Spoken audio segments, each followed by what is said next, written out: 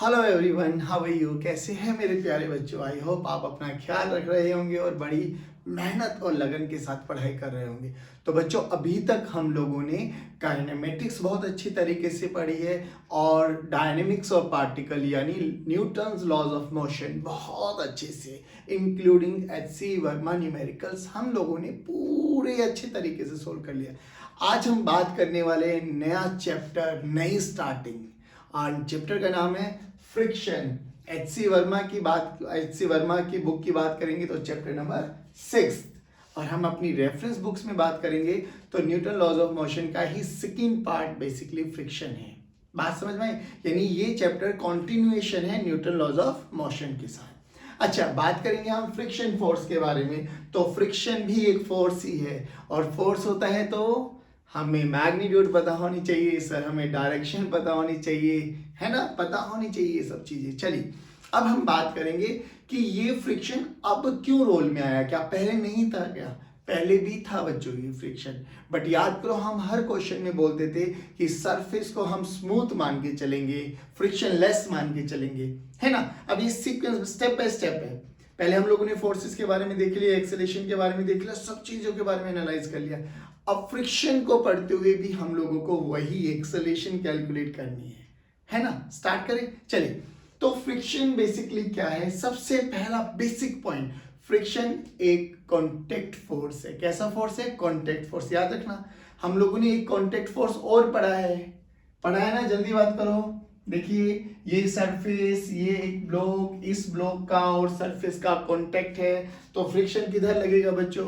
Sorry, normal contact force किधर लगता था सर? इन दोनों के कांटेक्ट के परपेंडिकुलर, यानी ये परपेंडिकुलर, ये ब्लॉक ए, ये सरफेस एस, इस नॉर्मल लाइन के अलोंग नॉर्मल लगता था, है ना। इस कॉमन नॉर्मल लाइन के अलोंग नॉर्मल कांटेक्ट फोर्स लगता था, जिसको हम लोग ने एनसीएफ बोला था, नॉर्मल कांटेक्ट फोर्स। एक ऊपर लगेगा, एक नीचे लगेगा। ये लगेगा एन किस पे? ए पे। कौन लगाएगा? सरफेस। नीचे कौन लगाएगा? सरफेस पे। कौन लगाएगा? ए। क्या ये दोनों एक्शन रिएक्शन पेयर है? यस, क्योंकि दो डिफरेंट बॉडीज पे लग रहे हैं, दोनों का मैग्नीट्यूड सेम है, डायरेक्शन अलग है और नेचर सेम है। यानी हम बोल सकते हैं NAS is equal to NSA।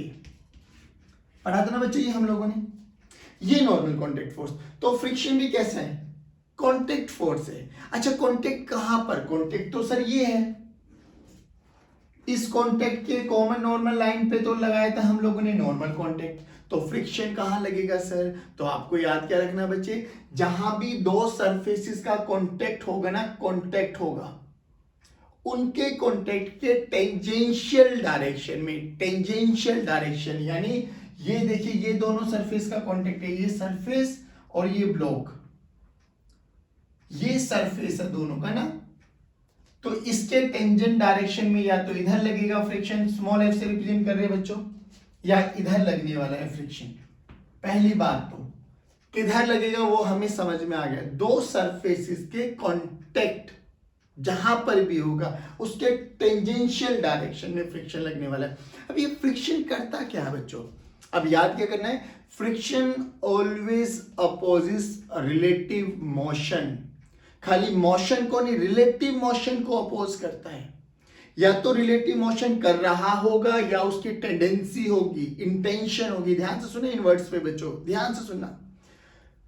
Friction always opposes relative motion या टेंडेंसी और intention of relative motion. Sir ये नहीं समझ में आया हमें, अभी समझाता हूं, टेंशन नहीं लेना बिल्कुल भी। चलिए बात करते हैं कि देखिए बच्चों क्या होता है। मैं अब बेसिक डायग्राम बनाता हूं कि मैंने बोला ये एक सरफेस है हमारे पास, जो कि फ्रिक्शन इन्वॉल्व हो गया तो कैसा सरफेस होने वाला है बच्चे? रफ। और अभी तक न्यूटन लॉज ऑफ मोशन में कैसा पढ़ा था? स्मूथ, फ्रिक्शनलेस, है ना। चलिए, अब हमने बोला यहां पर एक ब्लॉक रख दिया है हम लोगों ने, जिसका मास है m। Figure number 1, situation 1। अब हमने बोला कि एक ब्लॉक ये रहा हमारे पास बच्चों, ठीक है, इसका मास m है। ओके सर, इस पे एक F एक्सटर्नल फोर्स लग रहा है इस डायरेक्शन में। बच्चों ध्यान से सुनना, F एक्सटर्नल। ओके सर, ठीक है, ये फिगर नंबर 2। अब एक और फिगर बना लेते हैं एक फिगर ये रही सर हमारे पास, यहां पर हमारे पास एक एम रखा हुआ है, ये थीटा एंगल पे रखा हुआ है और बोला गया है फर्स्ट सेकंड एंड थर्ड तीनों रेस्ट पर है। तीनों किस पर है बच्चों? रेस्ट पर है। अब आपके दिमाग में एक बात आ रही होगी कि सर ये कैसे रेस्ट पर रह सकता है, ये कैसे रेस्ट पर रह सकता है सर, ये तो नीचे स्लाइड करेगा, इस पे तो फोर्स लग रहा है, ये तो आगे मूव करना चाहिए, क्योंकि न्यूटन लॉज ऑफ मोशन में हम लोगों ने अभी तक यही पढ़ा है ना। देखिए कैसे पढ़ते थे हम लोग कि हमने बोला कि ये एक ब्लॉक है जिसका मास 2 किलोग्राम है, इस पे एक फोर्स लग रहा है 10 न्यूटन का, और कैसा सरफेस था? फ्रिक्शनलेस। कैसा सरफेस था न्यूटन लॉज ऑफ मोशन में? फ्रिक्शनलेस। सभी बच्चे बोलेंगे बेटा कैसा सरफेस था? फ्रिक्शनलेस। तो हमसे बोला गया find the acceleration of this block. हाँ, तो हमें क्या बड़ी बात है, हमें पता है एक्सेलरेशन का फॉर्मूला क्या होता है बच्चे? F by m। क्या होता है बच्चों? F by m। F कितना है? 10 न्यूटन। m कितना है? 2 किलोग्राम, यानी 5 मीटर पर सेकंड स्क्वायर। लेकिन सर आप अभी तक न्यूटन लॉज ऑफ मोशन में तो बोल रहे थे कि ये चलेगा, एक्सेलरेशन भी आएगी 5 मीटर पर सेकंड स्क्वायर। अब आप बोल रहे हो ये तो नहीं चलने वाला, ये तो रेस्ट पर है। यस, ये रेस्ट पर है तभी क्यों? क्योंकि अब एक नया फोर्स इन्वॉल्व होने वाला है जिसको हम बोलेंगे फ्रिक्शनल फोर्स। क्या बोलेंगे बच्चों? Frictional force. अब ध्यान से सुनना जो मैंने बोला है, याद करो फ्रिक्शन फोर्स क्या करता है सर? एक कांटेक्ट फोर्स है, टेंजेंशियल डायरेक्शन में लगने वाला है, दो सरफेसेस का कांटेक्ट यहां पर भी होगा। सेकेंडली ऐसे लगेगा कि वो रिलेटिव मोशन या इंटेंशन ऑफ रिलेटिव मोशन को अपोज करेगा। समझ में आया? अब देखिए समझना इस लाइन को। ये बताइए बच्चे, हमारे पास ये ब्लॉक रेस्ट पर है, बोला गया रेस्ट पर है, हाँ जी सर। अब इसमें फोर्स ही देखो, नीचे कितना लग रहा है बच्चों? mg, और ऊपर एक लगेगा नॉर्मल रिएक्शन। बड़ा बेसिक सा फंडा है बच्चों, टेंशन नहीं लेना बिल्कुल भी। भाई ये बताइए क्या ये चलेगा क्या? सर चलने के लिए इसको हॉरिजॉन्टल डायरेक्शन में चलना चाहिए था, या तो नेगेटिव एक्स की डायरेक्शन में या पॉजिटिव एक्स की डायरेक्शन में। बट सिंस ना तो इस पे इधर कोई फोर्स लगा है ना इधर कोई फोर्स लग रहा है, यानी ये हॉरिजॉन्टल मोशन में तो नहीं चलेगा। वर्टिकल मोशन में भी देखते हैं। वर्टिकल मोशन में हम लोगों ने क्या देखा? ना ये ऊपर जा रहा ना ये नीचे जा रहा। तो हम लिख सकते हैं कि वर्टिकल मोशन में n mg के बराबर है। n किसके बराबर है बच्चों? mg के बराबर है। और हॉरिजॉन्टल फोर्स 0 लग रहा है। अभी हॉरिजॉन्टल फोर्स 0 लग रहा है, इसका मतलब क्या हुआ? यानी इसकी कोई इंटेंशन नहीं है, इसकी कोई इंटेंशन नहीं है, यानी ये चलना ही नहीं चाहता। यानी there is no relative motion between block and surface of the earth. No relative motion, no relative motion, या you can say no tendency of relative motion. No tendency of relative motion मतलब क्या? अरे भाई इसमें चलने की इच्छा ही नहीं है। अब इच्छा ही नहीं है तो चलेगा नहीं, चलेगा नहीं तो फ्रिक्शन तो नहीं लगने वाला। ध्यान से सुना, इसलिए मैंने बोला friction always opposes relative motion और टेंडेंसी और इंटेंशन ऑफ रिलेटिव मोशन। अब समझाता हूं, समझ में आया कि सर इसकी तो कोई टेंडेंसी नहीं है चलने की। ये देखिए सेकंड पिक्चर, ये नहीं चल रहा एक अलग बात है, पर क्या इसकी इंटेंशन है, टेंडेंसी है चलने की? Yes sir. किस डायरेक्शन में? राइट डायरेक्शन में। क्यों? क्योंकि सर इस पे एक एफ एक्सटर्नल फोर्स लग रहा है। वो अलग बात है कि अभी तक वो सभी फोर्सेस उसको लेके जाते थे क्योंकि फ्रिक्शनलेस माना था, लेकिन अब फोर्स लगाने के बावजूद भी वो चले तो इसकी गारंटी नहीं है। फॉर एग्जाम्पल आप लोगों के घर में बेड रखे हुए ना, हाँ, बेड पे धक्का मारो, दबा के धक्का मारो, फोर्स तो लगा रहे हो ना? Yes sir. क्या बेड चलता है क्या? नहीं सर। क्यों नहीं चलता उसका कॉन्सेप्ट समझाता हूं। बट जब जो कि आपने फोर्स लगाया, क्या बेड में इंटेंशन आ गई चलने की? Yes sir. टेंडेंसी है उसकी चलने की, हाँ, बट वो मेरा फोर्स कैपेबल नहीं है उसको चलाने के लिए, वो एक अलग बात है। बट जैसे ही मैंने फोर्स लगाया, क्या उसमें टेंडेंसी आ गई चलने के लिए? Yes sir. सोचो 100 किलोग्राम का एक बॉक्स रखा हुआ है, 100 किलोग्राम का एक बॉक्स रखा हुआ है। हमसे मम्मी ने बोला बच्चे इसको ना शिफ्ट कर दो 1 फीट। हमने दबा के फोर्स लगाया, नहीं हिम्मत हुई। फिर मम्मी ने बॉर्नवीटा पिलाया, फिर लगाया धक्का, फिर भी नहीं हुई। थक हार के हमने भाई को बुलाया, दोनों भाई लगे पड़े, नहीं हुआ। अब एक बात बताइए, दोनों भाई के लगने के बावजूद भी नहीं हुआ, बट टेंडेंसी तो आई ना। Yes sir. तो इसकी टेंडेंसी हुई चलने की, हाँ। तो रिलेटिव मोशन टेंडेंसी है, वो नहीं चल रहा है, that is a different aspect, उसकी हमें सोचना भी नहीं है, बट टेंडेंसी है चलने की। टेंडेंसी है तो क्या करेगा, अपोज करेगा। तो ये किधर चलना चाहता है, राइट डायरेक्शन में, तो फ्रिक्शन क्या करेगा, रोकने की कोशिश करेगा, किधर, लेफ्ट डायरेक्शन में लग के। अब लगाएगा कहां सर, कॉन्टेक्ट तो ये रहा, और कॉन्टेक्ट के टेंजेंशियल डायरेक्शन में लगेगा, यानी ए डायरेक्शन में फ्रिक्शन फोर्स आ जाएगा। स्मॉल एफ से हम लोगों ने रिप्रेजेंट कर दिया फ्रिक्शन फोर्स को। बात समझ में आई? देखिए ये है सेकंड स्टेप, जो हम लोगों ने बोला था ना, रिलेटिव मोशन या टेंडेंसी ऑफ रिलेटिव मोशन। तो this is the tendency of relative motion. चलिए अब इसकी बात करते हैं। अब इधर देखिए बच्चों, ये नीचे लगेगा mg, ठीक है, इस पे ऊपर लगी एक नॉर्मल, और ये हम लोगों को आता है, ये थीटा है, ये mg cos थीटा हो जाएगा प्यारे बच्चों, और इधर mg sin थीटा। अब ध्यान से सुनो, यहां पे नॉर्मल किसके बराबर हो जाएगा सर, नॉर्मल तो हो जाएगा यहां पर mg cos थीटा के बराबर। चलो जी, बहुत सुंदर। अब इस ब्लॉक पर एक फोर्स लग रहा है, किधर, इस डायरेक्शन में। क्या ये इसी के डायरेक्शन के लोग चलने की कोशिश करेगा? यस। कौन करा रहा है, mg sin थीटा चल रहा है क्या? नहीं सर, क्योंकि तीनों ही रेस्ट पर थे। बट इन दोनों में टेंडेंसी आई है। टेंडेंसी क्यों आई है? क्योंकि इन पे दोनों पे एक्सटर्नल फोर्स लग रहा है। इसकी टेंडेंसी थी क्या? नहीं सर। क्यों? क्योंकि इस पे कोई भी हॉरिजॉन्टल फोर्स नहीं लग रहा था। तो इन दोनों में जैसे ही टेंडेंसी आई, यानी ये नीचे आना चाहता है, तो इसको रोक के कौन रखा होगा, फ्रिक्शन फोर्स। कौन रखा होगा, फ्रिक्शन। अब फ्रिक्शन किधर लगेगा, ये इन दोनों का कांटेक्ट बचे, और इन कांटेक्ट के ये टेंजेंशियल डायरेक्शन पे लगा फ्रिक्शन फोर्स। जल्दी बताइए, दोबारा सुनिए। सबसे इंपॉर्टेंट है फ्रिक्शन को समझ में आना। फ्रिक्शन थोड़ा कंफ्यूजिंग क्रिएट करा सकता है, बट अगर आप सीक्वेंस वाइज देखते चलोगे, बड़ी मेहनत से सुनते चले जाओगे लेक्चर को, तो ये श्योरिटी मैं देता हूं, आपको कहीं पर भी कोई इश्यूज नहीं आने वाला। चलिए दोबारा सुनिए। फ्रिक्शन बेसिकली एक कांटेक्ट फोर्स होता है। कांटेक्ट दो सरफेसेस का, जहां पर भी कांटेक्ट होगा, फ्रिक्शन उनके टेंजेंशियली डायरेक्शन में लगने वाला है, पहली बात। फिर इस मोशन को अपोज करता है वो रिलेटिव मोशन, यानी एक के रेस्पेक्ट में दूसरा चल रहा है, या तो चल रहा है या चलने की टेंडेंसी है। अब टेंडेंसी का मतलब हमें नहीं समझ में आया था, तो हम लोगों ने इन तीन फिगर से टेंडेंसी का मतलब समझाने की कोशिश करी है कि इनिशियली ये वाला ब्लॉक, ये वाला ब्लॉक, ये वाला ब्लॉक, तीनों रेस्ट पर थे, हमने बोला। लेकिन इस पे कोई हॉरिजॉन्टल डायरेक्शन में चलेगा, लेकिन हॉरिजॉन्टल डायरेक्शन में कोई फोर्स नहीं लग रहा था, तो देयर इज नो टेंडेंसी। इसके में टेंडेंसी है ही नहीं चलने की, तो यहां पर फ्रिक्शन फोर्स कितना होगा बच्चों, 0।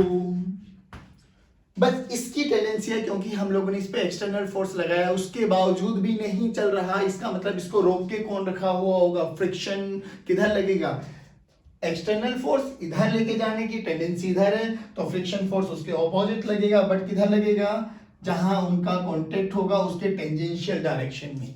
फिर तीसरा पार्ट ये देखा हम लोग ने, इंक्लाइन प्लेन पे रखा है at an angle of theta, लेकिन अभी भी ब्लॉक रेस्ट पर है, तो ब्लॉक की इंटेंशन किधर है, टेंडेंसी किधर है, नीचे आने की। बट आ रहा है क्या, नहीं आ रहा। कितने फोर्स से आने की कोशिश कर रहा था, mg sin थीटा, बट आ तो नहीं रहा ना, तो इसको रोकेगा कौन, फ्रिक्शनल फोर्स। किधर लगेगा, कांटेक्ट। कांटेक्ट ये रहा, और इस पे टेंजेंशियल डायरेक्शन में। जल्दी बताइए, पहले बताइए टेंडेंसी का मतलब समझ में आएगा, टेंडेंसी ऑफ रिलेटिव मोशन का मतलब समझ में आएगा, जल्दी बताइए। Very good. अब हम बात करते हैं कि सर रिलेटिव मोशन का मतलब, अरे रिलेटिव मोशन का तो मतलब ही है ना भैया, एक ऑब्जेक्ट चल रहा है विद रेस्पेक्ट टू ग्राउंड। लो जी, ये चल रहा, अगर ये चल रहा है तो फ्रिक्शन किधर लगे, यानी there is some relative motion. चल रहा है तो रिलेटिव मोशन। रिलेटिव मोशन अगर राइट में हो रहा है तो फ्रिक्शन किधर लगेगा, लेफ्ट में। वो तो बहुत सिंपल है, बात समझ में आई। तो हमें ये दोनों वर्ड्स को पकड़ के चलना है। आप जल्दी बताइए, फ्रिक्शन कैसा फोर्स है, सभी लिखेंगे, सभी कैसा फोर्स है, कॉन्टेक्ट फोर्स। किधर लगेगा, सरफेस के कांटेक्ट जहां पर भी होगा ना, उसके टेंजेंशियल डायरेक्शन में लगने वाला है। फ्रिक्शन करता क्या है सर, अपोज करता है किसको सर, रिलेटिव मोशन। या तो रिलेटिव मोशन हो रहा हो एक के रेस्पेक्ट में दूसरे का, या टेंडेंसी हो रिलेटिव मोशन करने की। जल्दी बताइए, समझ में आया क्या। अब हम बात करते हैं कि जो ये फ्रिक्शन होता है ना, ये आता क्यों है। What is the reason behind this friction force. अब हम फ्रिक्शन के कॉज के बारे में पढ़ेंगे। चलो स्टार्ट करते हैं। चलिए बच्चों, अब बात करेंगे हम कॉज ऑफ फ्रिक्शन। फ्रिक्शन आता क्यों है? बेसिकली अगर हम बहुत माइक्रोस्कोपिक लेवल पे बात करें बच्चे, कौन से लेवल पे? माइक्रोस्कोपिक। देखो, अगर हम माइक्रोस्कोपिक लेवल पे, यानी अगर हम with the help of microscope को देखो, कहाँ देखे, किसको देखे? सर, वो कॉन्टेक्ट सरफेस जहां पर दो ऑब्जेक्ट का कॉन्टेक्ट होता है। जैसे यहां पर मैं बात करूं, ये एक मेरे पास सरफेस है ग्राउंड, और इसके ऊपर मैंने रख दिया एक ब्लॉक। अगर इस पे इधर फोर्स लग रहा है बच्चों एफ एक्सटर्नल, क्या लग रहा है बच्चों? F external. तो टेंडेंसी किधर है? राइट में जाने की। फ्रिक्शन किधर लगेगा? लेफ्ट में। लो सर, ये लगा फ्रिक्शन लेफ्ट में। लो जी। अब अगर हम इस वाले सरफेस को, ए वाले कॉन्टेक्ट सरफेस को थोड़ा जूम इन करके देखें माइक्रोस्कोप की लेवल पे, तो होता क्या बच्चों? जो ये सरफेस आपको एकदम स्मूथ, एकदम प्लेन दिखाई दे रही है ना, रियलिटी में ऐसा नहीं होता। These surfaces are uneven surfaces, या you can say irregular surfaces. Irregularities होती है। अगर आप कभी भी दीवार पे हाथ लगा के देखो, दीवार पे हाथ लगाओगे ना आप लोग, तो आप लोग क्या देखोगे? आपको दीवार भी उबड़ खाबड़ दिखाई देती है। हालांकि हम उस पे वॉल पुट्टी वगैरह करके, पेंट करके स्मूथ करने की कोशिश करते, बट स्टिल वो रेगुलर नहीं होती, वो इवन नहीं होता। अब होता क्या है, जब ये अनइवन सरफेसेस, दो, ध्यान से सुनना बच्चे, एक ब्लॉक का सरफेस और एक मेरी टेबल या ग्राउंड, जिस पे भी हम मान के चलेंगे, तो रियलिटी में ये कुछ सरफेसेस ऐसे होते हैं अनइवन। माइक्रोस्कोपिक लेवल पे बात करें बच्चों, ये कुछ ऐसा सरफेस होता है अनइवन। अब ये अनइवन पे होता क्या है? तो देखिए, जैसे ही एक दूसरे के ऊपर रखा जाएगा तो होता क्या है रियलिटी में, ध्यान से देखना बच्चों, होता क्या है? तो ये कुछ ऐसे, ये इंटरलॉकिंग होना स्टार्ट हो जाती है। इंटरलॉकिंग और अच्छे से ढंग से बताएं तो देखो, ये अगर ऐसे अगर हम बात करें, ये कुछ अनइवन सरफेसेस है, ऐसे मान लेते हैं, और फील आ जाएगी आपको। ये सरफेस ब्लॉक का सरफेस है बच्चों हमारे पास, और ये हमारे पास टेबल का सरफेस है। ये ब्लॉक है हमारे पास, और ये हमारे पास टेबल है। अब ध्यान से देखना, तो जो ये इंटरलॉकिंग होती है ना, ये this is known as your interlocking. अब इंटरलॉकिंग क्या कर ली? इसमें एक बॉन्ड बन गया सर। बॉन्ड बन गया तो क्या होगा सर? जब तक ये बॉन्ड है, जब तक तो नहीं मूव करने वाला। तो हमें मूव कराने के लिए क्या करना पड़ेगा? हमें मूव कराने के लिए सर इन्हीं बॉन्ड्स को तोड़ना पड़ता है, इन्हीं इंटरलॉकिंग को तोड़ना पड़ता है। इंटरलॉकिंग को थोड़ा और अच्छे ढंग से देखे तो ये देखिए, एक ऊपर उठा हुआ है, नीचे, ऊपर नीचे। अगर मैं दूसरे हाथ को ऐसे डाल दूं तो ये इंटरलॉकिंग हो गया।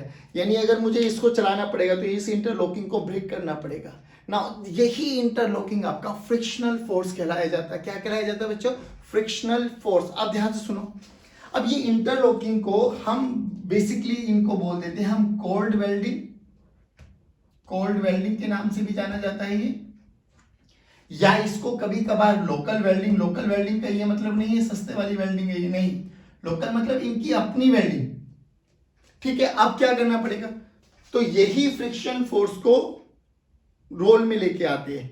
थोड़ा और अच्छे लेवल पे अगर हम समझने की बात करें तो हमें पता है ये भी एटम से मिलके बना हुआ है, ये भी एटम से मिलके बना हुआ है। और डिटेल में बात करूं तो देखिए, एक एटम में अगर हम बात करें, एक एटम में सर न्यूक्लियस भी होता है और इलेक्ट्रॉन्स भी होते हैं।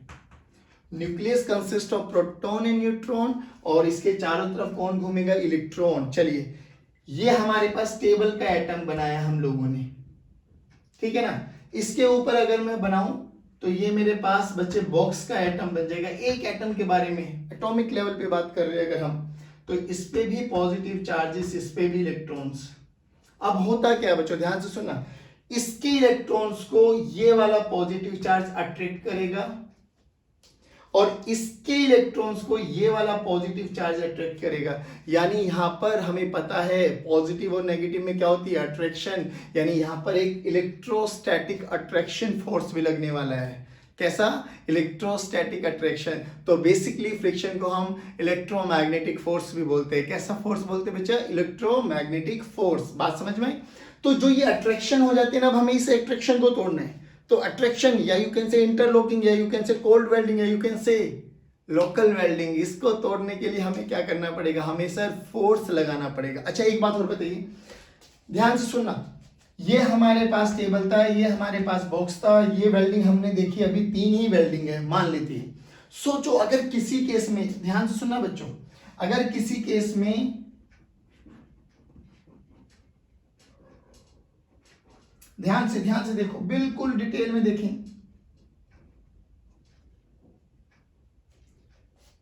इस केस में और इस केस में, case number 1 and case number 2, जल्दी बताओ किस केस में ज्यादा इंटरलॉकिंग है? सेकंड में। किस केस में फ्रिक्शन ज्यादा लगेगा? सेकंड में। अच्छा एक बात और बताइए, अगर मुझे इन इंटरलॉकिंग को और मजबूत हो जाए और बढ़ जाए तो सर फ्रिक्शन उतना ही बढ़ जाएगा। अब इंटरलॉकिंग को बढ़ाने के लिए क्या करना पड़ेगा? सर इनको दबाना पड़ेगा, है ना, दबाना पड़ेगा। दबाने का मतलब क्या है? अरे सर ये तो कुछ कांटेक्ट फोर्स लगा। दबाएगा कौन? सर ऊपर से ये नॉर्मल लगाएगा, नीचे से ये नॉर्मल लगाएगा। अरे हाँ या ना बोलो, अरे हाँ या ना? Yes sir. देखो अगर मुझे इन इंटरलॉकिंग को बढ़ाना है तो नीचे से भी एक फोर्स लगाओ, ऊपर से भी एक फोर्स लगाओ, यानी ये नॉर्मल कांटेक्ट फोर्स ही एक दूसरे को दबाने की कोशिश करते हैं। तो जितना ये दब जाएंगे इंटरलॉकिंग उतना बढ़ जाएगा। इंटरलॉकिंग उतना बढ़ गया तो फ्रिक्शनल फोर्स उतना बढ़ जाएगा, और फ्रिक्शनल फोर्स जितना ज्यादा हो गया हमें एक्सटर्नल फोर्स उतना ही ज्यादा लगाना पड़ेगा उन इंटरलॉकिंग को ब्रेक करने के लिए। यानी अगर हम बात करें तो हम यहाँ से बहुत बेसिक चीज भी सीख पाए हैं कि सर जो ये फ्रिक्शनल फोर्स का जो मैग्नीट्यूड है ना, वो डायरेक्टली प्रोपोर्शनल होता है नॉर्मल रिएक्शन। क्यों नॉर्मल रिएक्शन है? देखो ना, अभी तो बताया कि जितने ज्यादा ये इंटरलॉकिंग होंगे ना उतना ज्यादा फ्रिक्शन फोर्स लगेगा। अब इन इंटरलॉकिंग के लिए कौन सा फोर्स रिस्पॉन्सिबल रहेगा? Contact force, normal contact force. जितना ज्यादा वो लगेगा ना बच्चों, जितना ज्यादा वो लगेगा, जितना ज्यादा वो दबाएगा, उतनी ज्यादा इंटरलॉकिंग बढ़ जाएगी।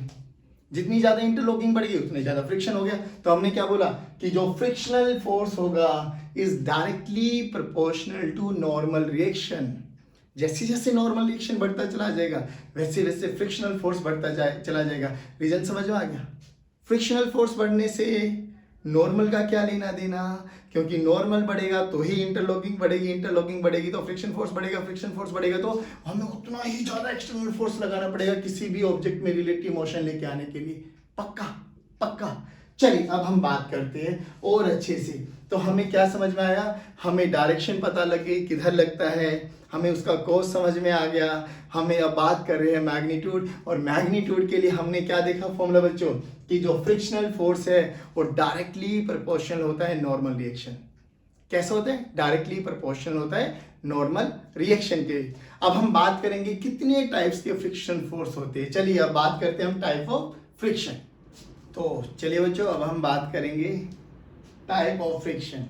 अब बेसिकली जो ये फ्रिक्शन होता है ना, ये 2 टाइप का होता है। वन इज स्टैटिक फ्रिक्शन, नाम से भी समझ में आ जाएगा आपके पास। वन इज स्टैटिक फ्रिक्शन, है ना, रिप्रेजेंटेड बाय Fs। रात के बज रहे हैं 3:30 और हमारा फ्रिक्शन चल रहा है। चलिए स्टैटिक फ्रिक्शन, और एक होता है kinetic friction. Kinetic friction represented by Fk। Basic static का मतलब समझ में आ गया भाई, जब फ्रिक्शन 2 ही काम करता है, या तो रिलेटिव मोशन को अपोज करेगा या टेंडेंसी ऑफ रिलेटिव मोशन को करेगा। यानी टेंडेंसी का मतलब वो रेस्ट पर ही है ना। हाँ, तो स्टैटिक बोले तो रेस्ट, यानी when there is no relative motion, there is no relative motion but tendency होनी चाहिए, यानी object is at rest, object is at rest.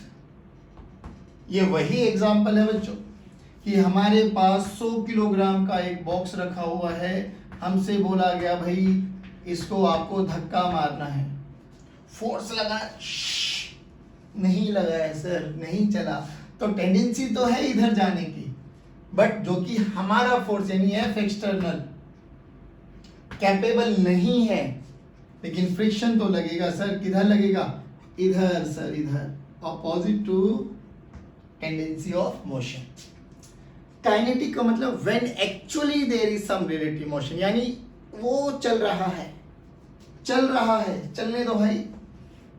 तो जब रिलेटिव मोशन हो रहा है यानी ये सम एक्सेलेरेशन से मूव कर रहा है, तो फ्रिक्शन फोर्स किधर लगेगा? फ्रिक्शन हमेशा अपोज करेगा रिलेटिव मोशन को, तो वो लगेगा ए डायरेक्शन में। चल रहा है, अपोज करेगा तो काइनेटिक, चलने की टेंडेंसी है, अपोज करेगा स्टैटिक, एफ एस। इसको हम लिख देंगे एफ एस सी और ये हो जाएगा हमारे एफ की। अब बात करते हैं मैग्नीट्यूड के बारे में। तो मैग्नीट्यूड बड़ा सिंपल बच्चे, friction force is directly proportional to normal reaction.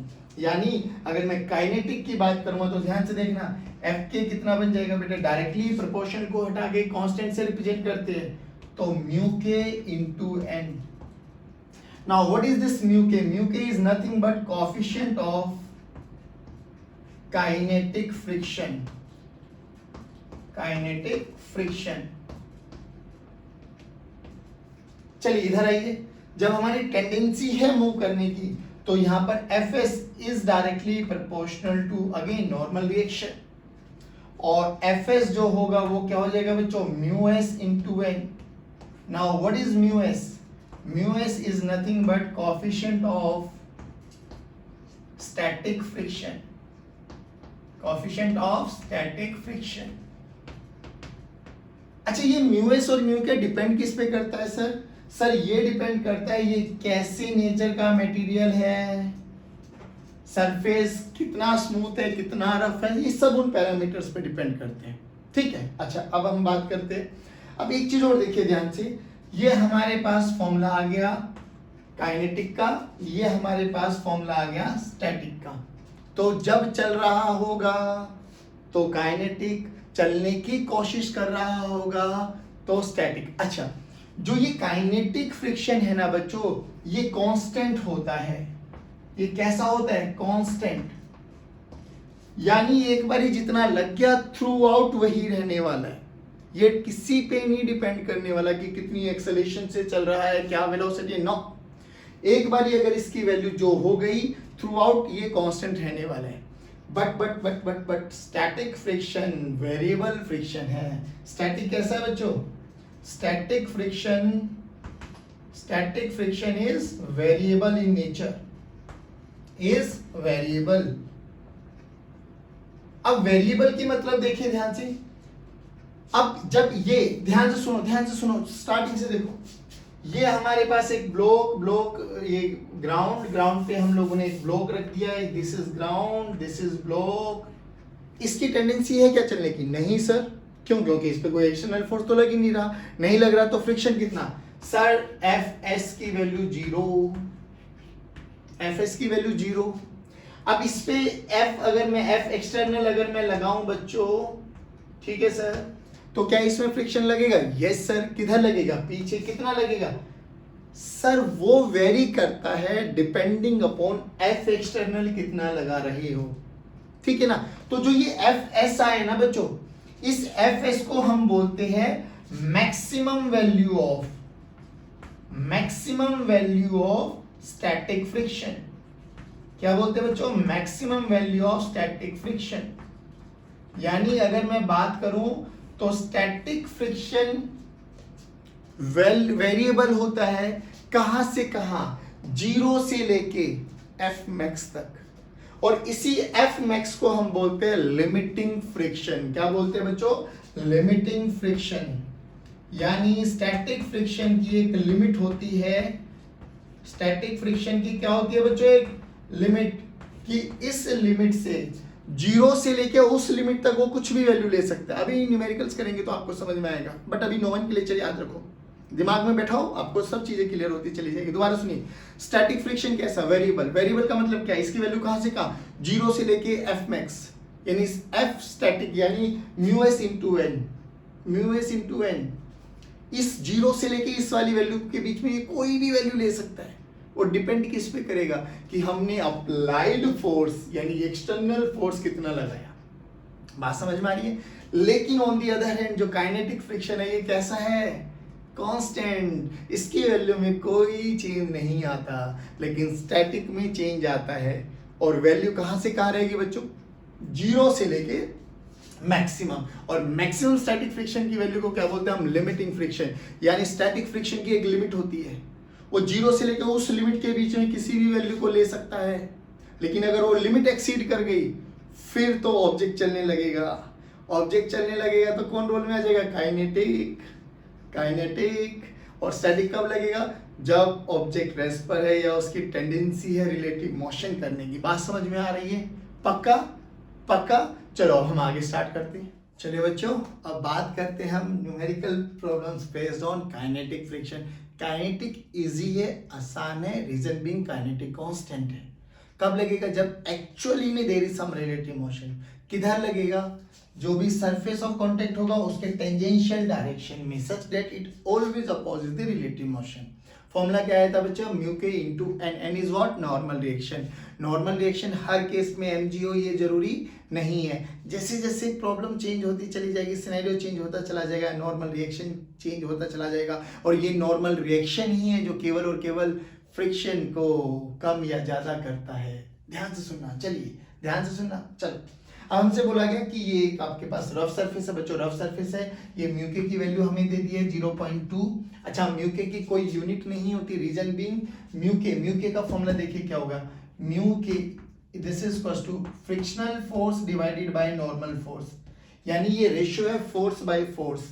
तो फोर्स की यूनिट भी न्यूटन होती है बच्चों, और इसकी भी unit Newton. Newton Newton will cancel out, तो ये एक unitless dimensionless physical quantity है। तो म्यू के की नो यूनिट, नो यूनिट पहली बात। तो चलिए अब हमसे बोला गया, अच्छा हम कौन सा पढ़ रहे हैं बेटे, काइनेटिक फ्रिक्शन। और काइनेटिक फ्रिक्शन ही लगेगा कब, जब पार्टिकल या ऑब्जेक्ट का रिलेटिव मोशन हो रहा होगा। यानी ये तो पक्की गारंटी है कि ऑब्जेक्ट तो मूव कर रहा है। बस ये याद रखना, जितने भी क्वेश्चंस हम काइनेटिक फ्रिक्शन के करेंगे उनमें सब में मोशन हो रहा होगा, क्योंकि मोशन हो रहा होगा तभी काइनेटिक फ्रिक्शन रोल में आएगा। चलिए सर, तो हमसे बोला गया बताओ कि एक तो सबसे पहले काइनेटिक फ्रिक्शन की वैल्यू निकालते हैं और फिर ये कितनी एक्सेलरेशन से आगे चल रहा है।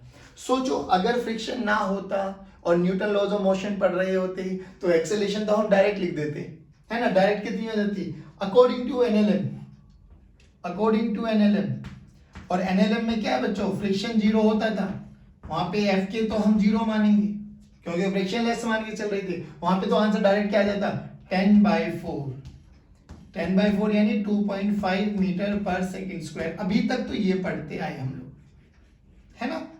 बट अब ऐसा नहीं है, क्योंकि अब कौन आ गया, फ्रिक्शनल फोर्स। देखो कितनी सुंदर एप्लीकेशंस करते हैं। अब एक बात बताओ, इसकी टेंडेंसी किधर है, इधर जा रहा है। फ्रिक्शन किधर लगेगा, अपोज करेगा सर। किधर लगेगा, पीछे। कहां सर, यहां जहां कांटेक्ट है इधर लगेगा एफ के। कितना लगेगा सर, ये वाला फॉर्मूला रहा। तो एफ के का फॉर्मूला कितना आ गया बच्चे, म्यू के की वैल्यू 0.2 इंटू एन। इस केस में अगर हम बात करें, नॉर्मल रिएक्शन ऊपर लग रहा है वो mg के बराबर है। यानी मैं बात कर सकता हूं n किसके बराबर है बच्चों, m इंटू जी की वैल्यू 10 ले लो, m की वैल्यू 4 है, यानी n कितना है बच्चों, 4 इंटू 10 यानी 40 न्यूटन। ठीक है ना।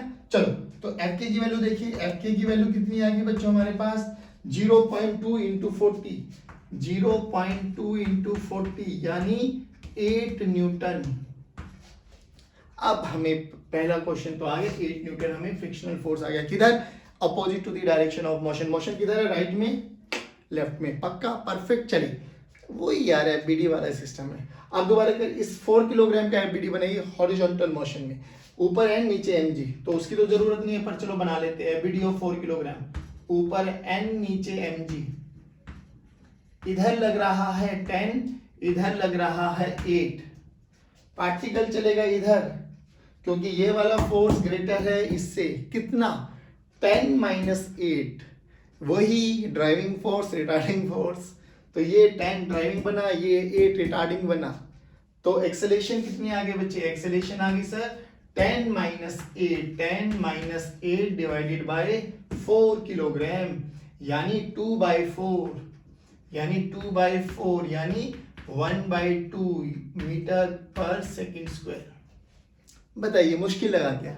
बस अभी क्या करना, बहुत बेसिक से न्यूमेरिकल कर रहे हैं कि हमारा जो भी रिलेटिव मोशन है ना वो हो रहा है तभी काइनेटिक आएगा, और काइनेटिक के ये पॉइंट्स आपके दिमाग में बैठ जाने चाहिए। बहुत बेसिक सा न्यूमेरिकल किया, एनएलएम होता तो अभी तक ऐसे कर रहे थे, बट फ्रिक्शन आ गया तो अब एक्सेलरेशन चेंज हो गया फटाक से, क्योंकि फ्रिक्शनल फोर्स आ गया। बताइए आया समझ में? चलो एक दो क्वेश्चन और कर लेते हैं, फिर हम बात करेंगे स्टैटिक फ्रिक्शन, जो कि सबसे इंपॉर्टेंट है, वहीं पर थोड़ा सा कॉम्प्लिकेशन आता है। चले चलो बात करते हैं क्वेश्चन नंबर सेकंड। बिल्कुल सेम कहानी है मेरे दोस्त, बस हमने क्या किया, पहले केस में हम लोग ने हॉरिजॉन्टल डायरेक्शन में फोर्स लगाया था, अब हॉरिजॉन्टल से 45 डिग्री पर, हॉरिजॉन्टल से 45 डिग्री पर कितना 10√2। ध्यान से सुनो मेरे बच्चों, ऐसा ही क्वेश्चन हम लोगों ने पढ़ा है एनएलएम में भी, इसके भी दो कंपोनेंट करते थे, एफबीडी बनाते थे, बस अब नई काम क्या आ गया सर, फ्रिक्शन ही तो आया, फ्रिक्शन लगाना है, यस सर, वैल्यू निकालनी है, यस सर। तो फिर दिक्कत क्या है मेरे दोस्त, एफबीडी हमें आता है, कंपोनेंट हमें आते हैं, तो क्वेश्चन में कुछ भी नहीं है, बोला गया नॉर्मल रिएक्शन निकालिए, फ्रिक्शन फोर्स निकालिए और एक्सेलरेशन निकालिए। चलो चलो चलो चलो करते हैं। देखो ध्यान से, अगर मैं बात करूं इसकी mg पे कितना लगा बच्चों, 4g नीचे लगा और नॉर्मल रिएक्शन ऊपर लगा, पहली बात तो डन, वेरी गुड। इस 10√2 के दो कंपोनेंट करो, इधर कितना आ जाएगा बच्चों 10√2 cos 45, सभी बच्चे बोलेंगे। ऊपर कितना आ गया 10√2 sin 45। अब देखिए sin 45 और cos 45 1/√2 होता है, यानी इधर जो फोर्स लगा 10√2 डिवाइडेड बाय √2 यानी 10, ऊपर भी जो फोर्स लगा वो भी 10। अगर हम इस ब्लॉक का एफबीडी बनाए, ब्लॉक का एफबीडी बनाए, तो देखो एफबीडी कितना बना बच्चे बॉक्स का, ऊपर लगा न्यूटन नॉर्मल, ऊपर लग रहा है 10, इधर लग रहा है 4g, इधर लग रहा है 10, और फ्रिक्शन किधर सर, अगर ये इधर चल रहा है तो फ्रिक्शन तो लगेगा दादा इधर, हाउ मच Fk, तो इधर लगा लिया मैंने Fk। क्या वर्टिकल मोशन में कोई मोशन है? नहीं सर, वर्टिकल डायरेक्शन में कोई मोशन नहीं है, नो सर, नो सर। यानी मैं लिख सकता हूं ऊपर लगने वाला मस्ट बी इक्वल टू नीचे लगने वाला, वेरी गुड, यानी n + 10 ऊपर इज इक्वल टू 4g नीचे, यानी n this is equal to 40 minus 10, यानी नॉर्मल की तो वैल्यू आ गई 30 न्यूटन। लो जी, चलो अब बताइए कहाँ चलेगा सर, ये तो हॉरिजॉन्टल डायरेक्शन में चल रहा है, राइट डायरेक्शन में चल रहा है, फ्रिक्शन पीछे लग रहा है, फ्रिक्शन की वैल्यू, चलो सर Fk की वैल्यू निकालते हैं। सर Fk की वैल्यू जल्दी बोलो बच्चे, μk * n, μk कितना है बच्चों 0.3, n कितना है बच्चों 30 न्यूटन, यानी 0.3 * 30, सही बोला ना? हाँ वेरी गुड। तो हाउ मच 9 न्यूटन, Fk की वैल्यू आ गई 9 न्यूटन। ओके, इसको लेके कौन जा रहा है 10 न्यूटन, रोकेगा कितना 9 न्यूटन, तो नेट फोर्स कितना 1 न्यूटन। तो acceleration of 4 kilogram is 10 minus 9/4, driving force, retarding force, mass of the system 1/4 metre पर सेकेंड स्क्वायर। जल्दी बताइए आया क्या समझ में? पक्का? अच्छा एक चीज और यहां से ऑब्जर्व कर रहे हो, ऐसे फोर्स लगाने से, देखो ध्यान से सुना, बहुत इंटरेस्टिंग कॉन्सेप्ट है। जब ये ब्लॉक ऐसे रखा होता नॉर्मल, कोई फोर्स ना लगा हुआ होता, तो इधर कितना होता n, नीचे कितना होता 4g, यानी मैं बात करूं तो नॉर्मल कितना हुआ 40 न्यूटन। ध्यान से सुनना, मैंने ऐसे फोर्स लगाया, ऐसे फोर्स लगाने से क्या हुआ सर, ऐसे फोर्स लगाने से देखो नॉर्मल कितना बना 30 न्यूटन, था कितना 40 न्यूटन, यानी अगर मैं ऐसे फोर्स लगाऊं तो भी चला ये सिस्टम, ऐसे फोर्स लगाऊं तो भी चलेगा ये सिस्टम, लेकिन फ्रिक्शन किस केस में कम होगा, ऐसे लगाने पे या ऐसे लगाने पे? सर अभी तक तो समझ में आया, इसमें 40 था, इसमें 30 है, यानी ऐसे लगना चाहिए फोर्स, ठीक है ना। अब इसको बोलते हैं हम पुल करना। पुल करना, कोई बॉक्स रखा हो तो ऐसे रस्सी पकड़ के ऐसे लगाते ना, चलो भाई चलो चलो पुल करते हैं। एक होता है पुश करना, धक्का मारते हैं। अब देखते हैं कि सेम क्वेश्चन को पुश करें तो क्या होता है, करें? चलो चलिए, आपने बोला और क्वेश्चन बन गया। पुश, ये ऐसे धक्का मारना, पुश, वो पुल। चलो अब बात करते हैं, अब क्या करें सर? अरे बाबू टेंशन न को, हमें आना चाहिए। देखिए 20√2 यानी ये फोर्स ऐसे गया, मोबिलिटी ऑफ वेक्टर का यूज करके हम इसको आगे शिफ्ट कर सकते हैं। ये 45 बना तो ये भी 45 बना, यानी इधर कितना लगेगा? 20√2 45, 20√2 cos 45, 20√2 cos 45, यानी ये वैल्यू तो आ गई 20 न्यूटन। नीचे कितना लगेगा? 20√2 sin 45, 20√2 sin 45, यानी ये वैल्यू आ गई 20 न्यूटन। Okay yes sir. नीचे कितना लगा? 4 इंटू जी। ऊपर कितना लगेगा? नॉर्मल। अगर मैं इस बॉक्स का FBD बनाऊं तो ध्यान रखना बच्चों, ऊपर लगा नॉर्मल, नीचे लगा 4G और 20, नीचे लगा 4G 20, इधर लगा 20 न्यूटन। चल रहा है, काइनेटिक आएगा ए डायरेक्शन में, FK लिख लेता हूं अभी। लो जी, ये बना FBD ऑफ बॉक्स।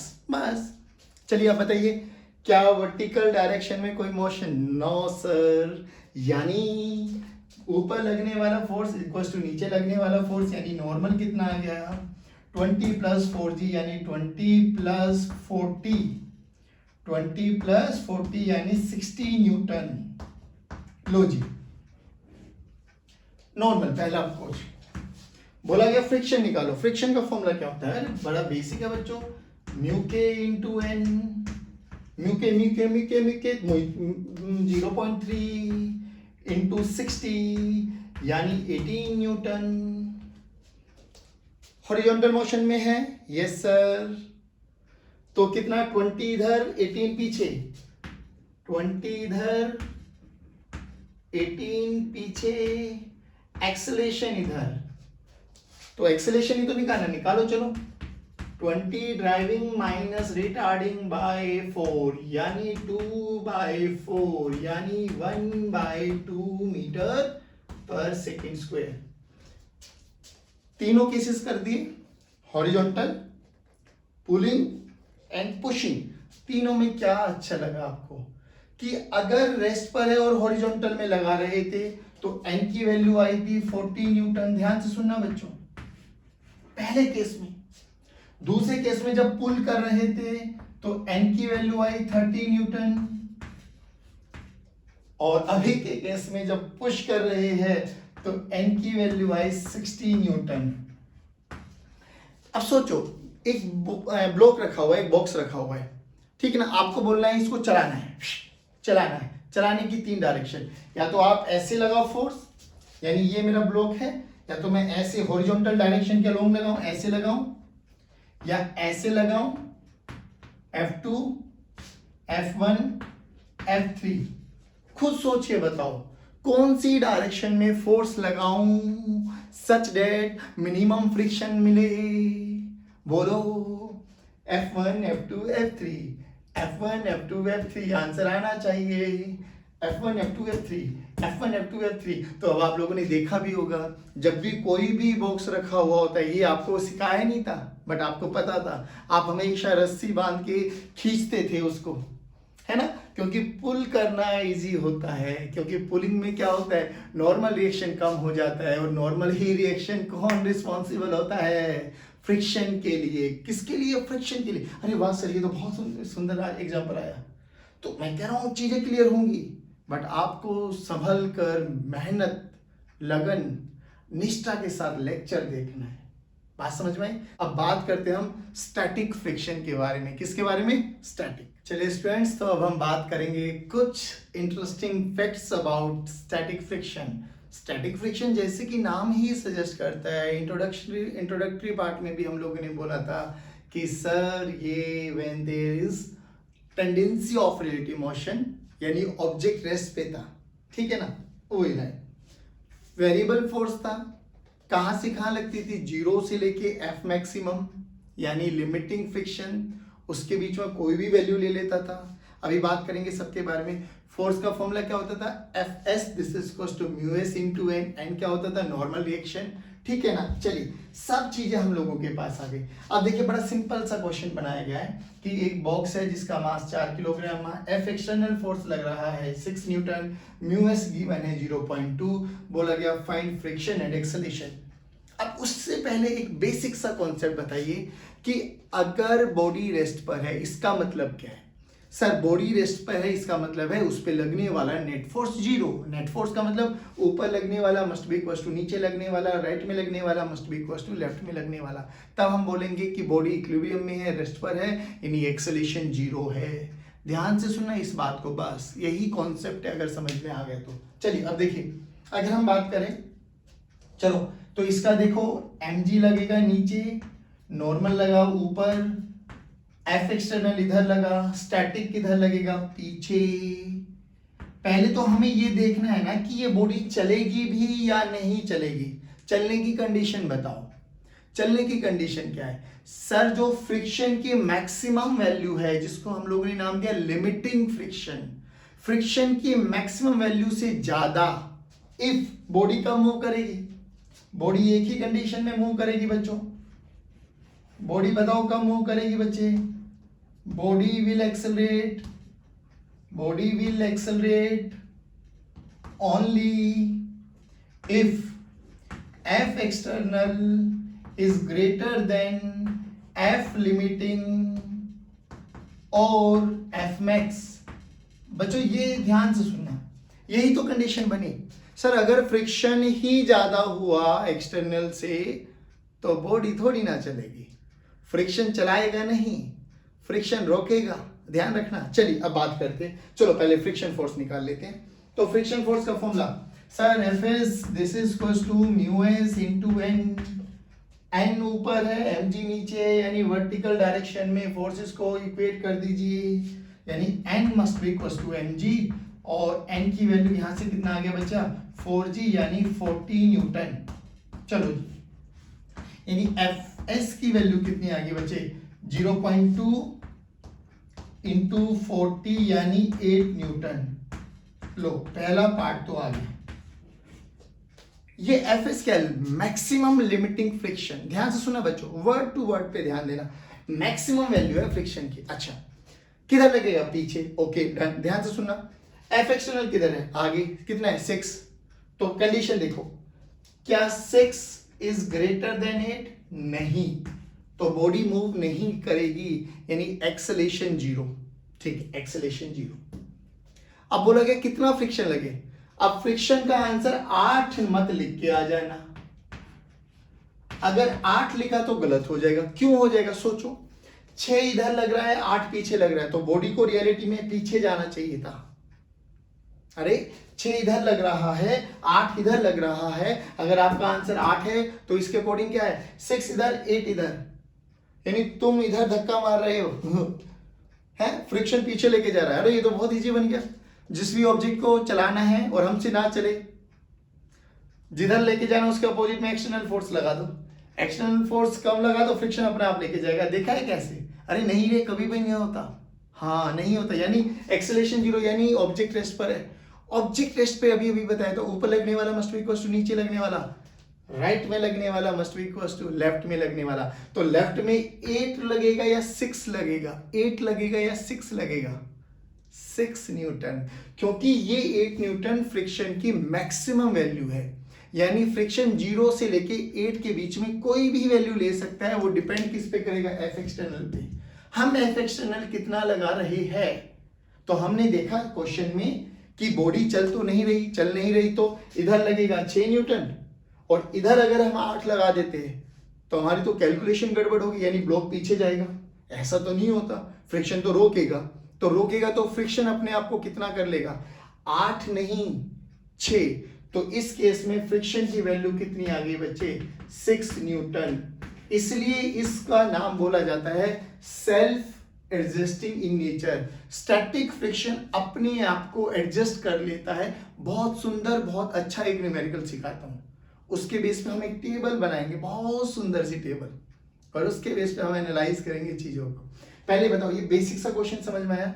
सबसे पहले हमें चेक करना है कि क्या बॉडी मूव करेगी, और बॉडी मूव करने की एक ही कंडीशन है कि जो एक्सटर्नल फोर्स लगा रहे हो ना, वो लिमिटिंग फ्रिक्शन से यानी मैक्सिमम स्टैटिक फ्रिक्शन से ज्यादा होना चाहिए, तभी बॉडी मूव करेगी।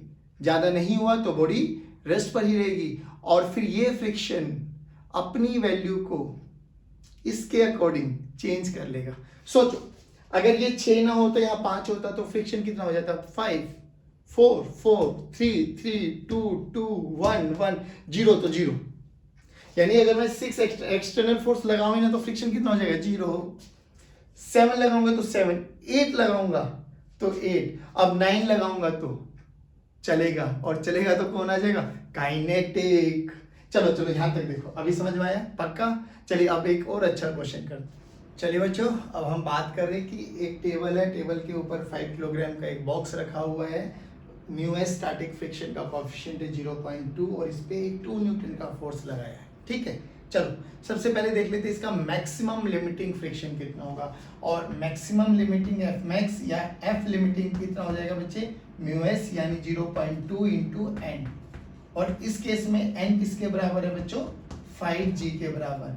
mg नीचे लगेगा बच्चों और n ऊपर लगेगा। चलिए ठीक है ना, तो यहां से कितना आया बेटा, एफ मैक्स की हमने बात करी 0.2 इंटू 50 यानी 10 न्यूटन।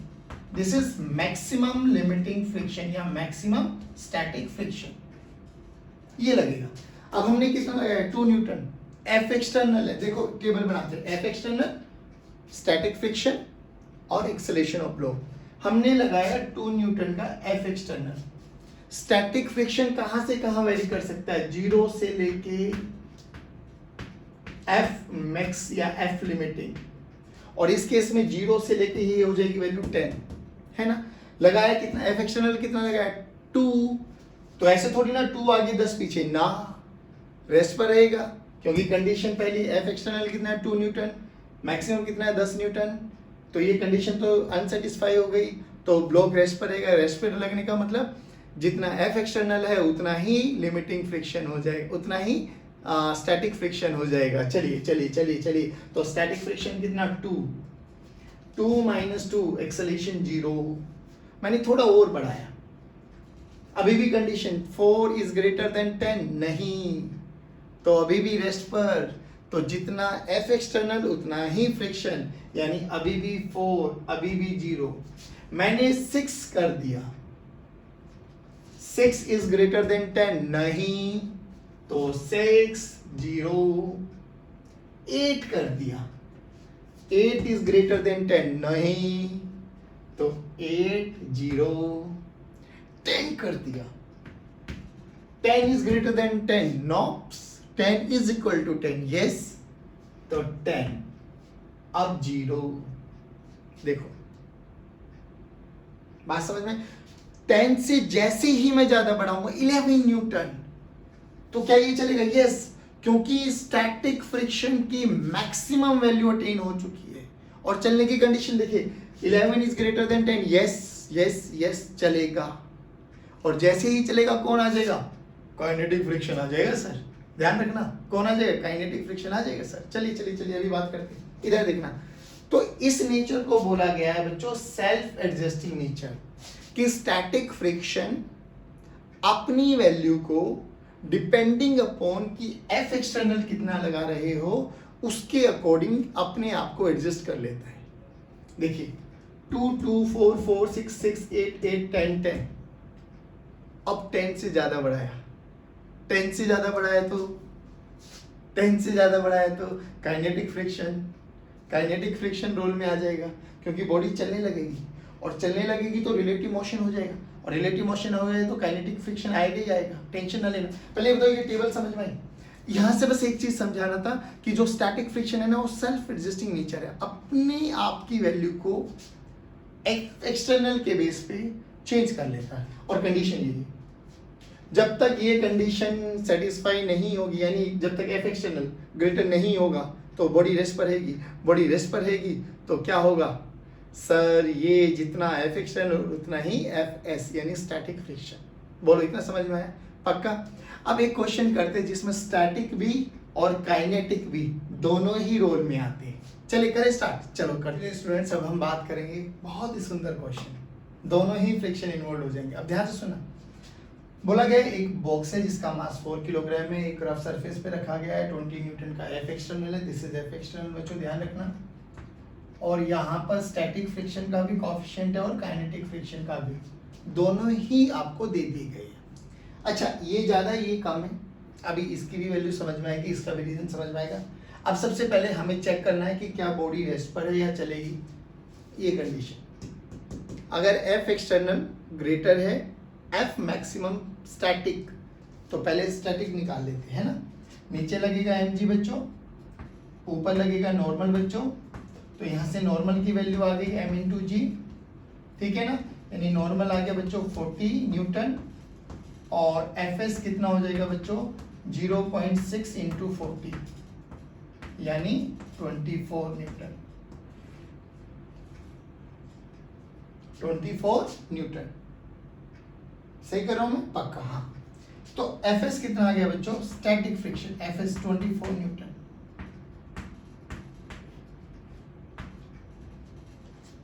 अब देखो, फिर कंडीशन देखो, F एक्सटर्नल कितना है 20 न्यूटन, F मैक्सिमम कितना है 24 न्यूटन। चलेगा क्या? नहीं सर, नहीं चलेगा। तो फ्रिक्शन कितना है सर? फ्रिक्शन तो हो जाएगा Fs कितना हो जाएगा बच्चों 20 एक्सेलेरेशन 0।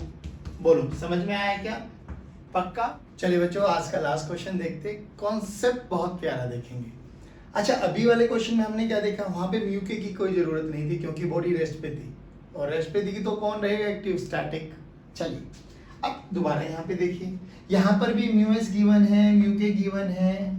पहले हमें चेक करना है कि बॉडी रेस्ट पर है या मूव करेगी। चलो, तो 2g नीचे लगा बच्चों, n ऊपर लगा बच्चों, तो n की वैल्यू कितनी है बच्चों mg, तो n की वैल्यू आ गई बच्चों 20। चलिए, है ना, तो fs कितना है, fs या f max कितना, 0.6 इंटू 20, 0.6 इंटू 20 यानी f max कितना आ गया 12 न्यूटन। ओहो, अब कहानी चेंज हो गई बच्चों। देखो कंडीशन देखो, f external 20 greater than f limiting 12। हाँ सर, कंडीशन सेटिस्फाई करती है, यानी बॉडी चलेगी, बॉडी चलेगी। अब ध्यान से सुनना बेटा, यानी ये तो चली भाई, चली तो इधर कौन 20 न्यूटन, चला तो कौन एक्टिव हो जाएगा सर, लिमिटिंग फ्रिक्शन। नहीं नहीं चल रहा है कौन, काइनेटिक फ्रिक्शन। किधर लगेगा, पीछे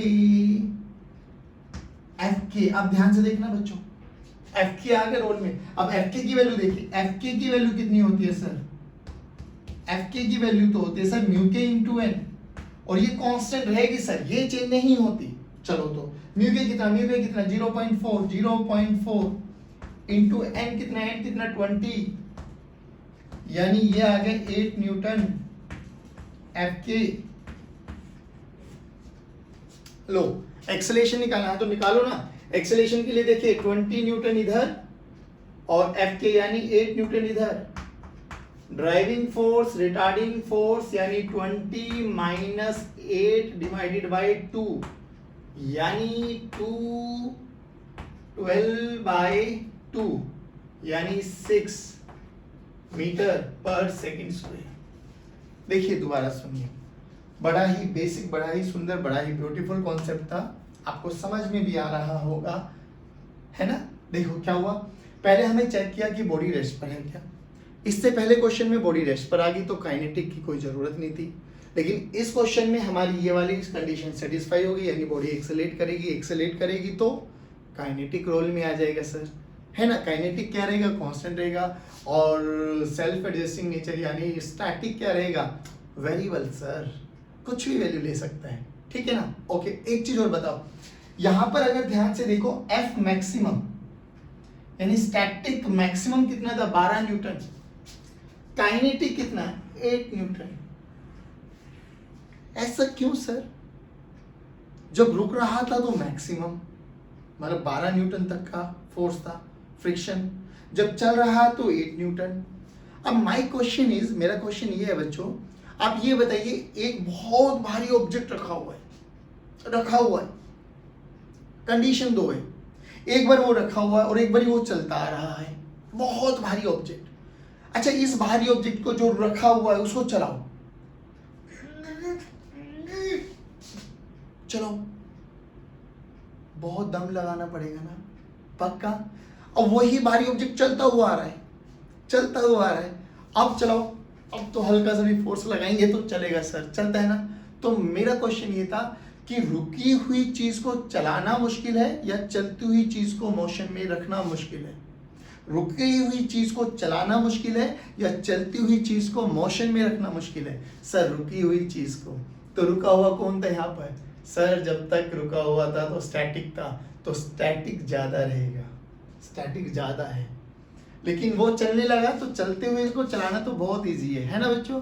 चलिए आज की क्लास को हम यही वाइंड अप करते हैं। आई होप आपको बहुत अच्छा लगा होगा ये कॉन्सेप्ट। मेरे प्यारे बच्चों, मैं फिर कह रहा हूँ, जितनी मेहनत हम कर रहे हैं अगर उसका 10% आपने भी कर दिया तो पक्का अनडाउटेडली आप अपने एम को, अपने गोल को अचीव कर पाएंगे।